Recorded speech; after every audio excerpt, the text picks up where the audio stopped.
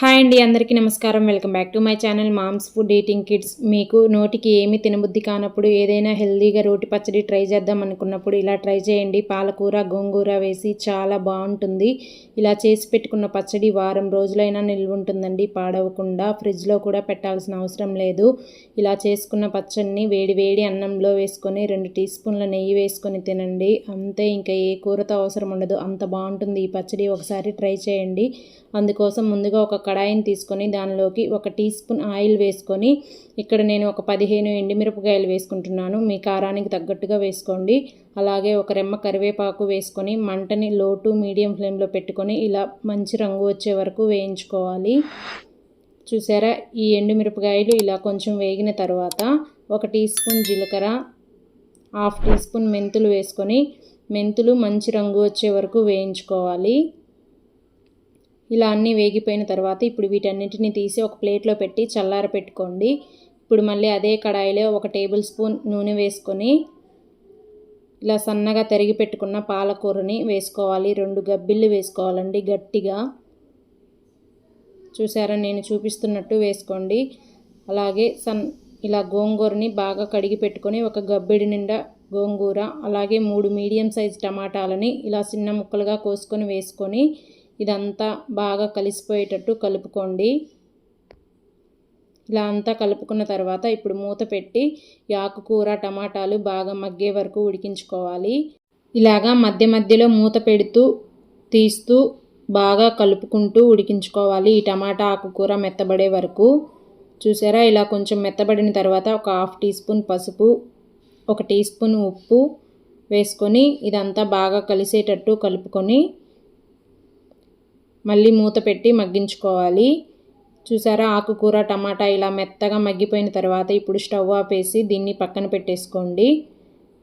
ఇప్పుడు ఒక రోలు తీసుకొని దానిలోకి వేయించి పొట్టు తీసి పెట్టుకున్న పల్లీలని 1 అర గ్లాసు వేసుకోండి. వీటిని కొంచెం మెత్తగా దంచేసుకోవాలి. ఇప్పుడు వేయించుకున్న ఎండుమిరపకాయలు వేసుకోవాలి. వీటిని కూడా ఇలా మెత్తగా దంచేసుకోవాలి. ఇలా కొంచెం దంచుకున్న తర్వాత మధ్య మధ్యలో కలుపుకుంటూ దంచుకోండి. అంతా ఈవెన్గా బాగా నలుగుతుంది. చూసారా, ఇలా అనుకుంటూ స్పూన్ తోటి దంచుకోవాలి. ఇప్పుడు దీనిలోకి పొట్టు ఒలిచిన వెల్లుల్లిపాయలు ఒక 6-7 వేసుకోండి. వీటిని కచ్చాపచ్చాగా దంచుకోవాలి, మెత్తగా దంచేయద్దు.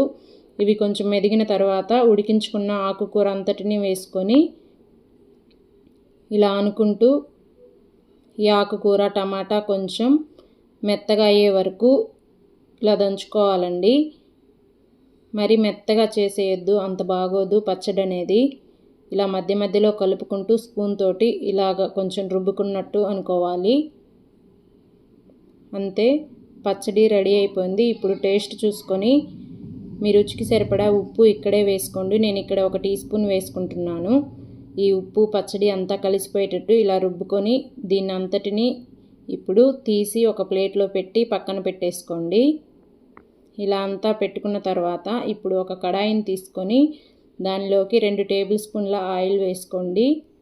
ఆయిల్ కొంచెం వేడయ్యాక 2 టీ స్పూన్ల శనగపప్పు, 1 టీ స్పూన్ మినప్పప్పు, 1/2 టీ స్పూన్ జీలకర్ర, 1/2 టీ స్పూన్ ఆవాలు వేసుకొని మంటని మీడియం ఫ్లేమ్లో పెట్టుకొని మంచి రంగు వచ్చే వరకు వేయించుకోవాలి. ఇప్పుడు ఒక 2 ఎండుమిర్చిని ఇలా తుంచి వేసుకోండి.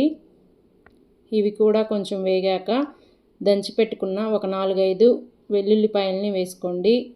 ఇవి కొంచెం రంగు వచ్చే వరకు వేయించుకొని ఒక రెమ్మ కరివేపాకు వేసుకొని బాగా వేగిన తర్వాత ఒక 1/2 టీ స్పూన్ ఇంగువ వేసుకొని మనం నూరి పెట్టుకున్న పచ్చడి అంతటిని దీంట్లో వేసేసుకోవాలి.